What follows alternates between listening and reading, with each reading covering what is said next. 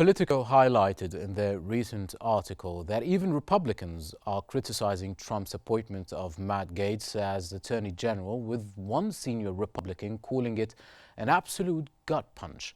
This selection, along with others like Pete Hegseth for Secretary of Defense and Tulsi Gabbard for Director of National Intelligence, has raised serious concerns about the direction of Trump's second term. What started as seemingly perhaps normal picks like Marco Rubio for Secretary of State and Susie Wiles as Chief of Staff has quickly shifted into some of the appointments that many in Washington and even within Trump's own party, the Republican Party, find alarming. According to Politico, Trump is, by making these selections, daring the U.S. Senate to oppose his picks, which could potentially lead to a constitutional showdown.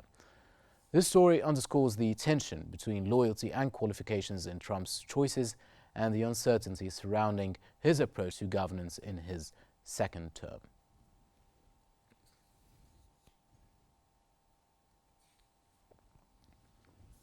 To analyze this, we are joined now by Dr. Frank Musmar, an academic and political analyst. Welcome. Now, how do you reflect on Trump's choices right now for his second term? Thanks for having me.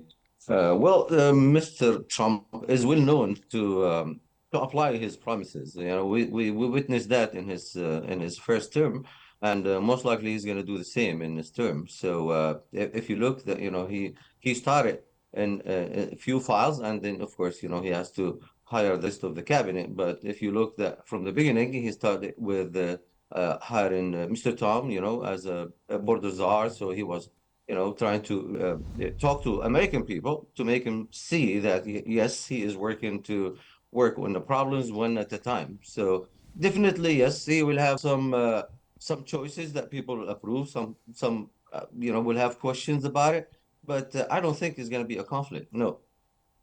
Let me start with some of the very controversial picks. Now, Matt Gaetz as Attorney General, what impact might his appointment have on the Department of Justice?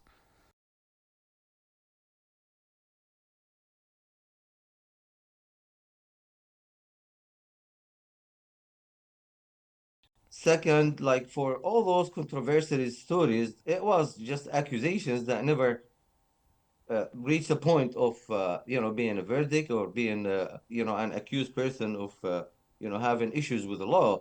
So I do remember that I was reading yesterday that the case that was targeted against him, according to him and according to Donald Trump, that it's been closed.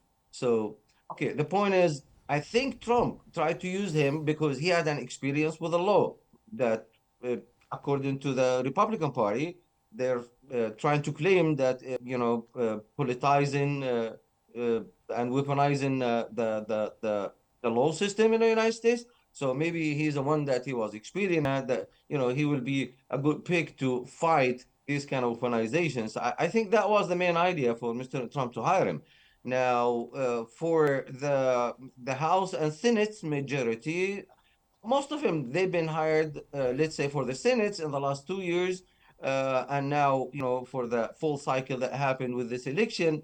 Most of them they've been working with a good rhythm with Donald Trump. Actually, he helped him big time, winning.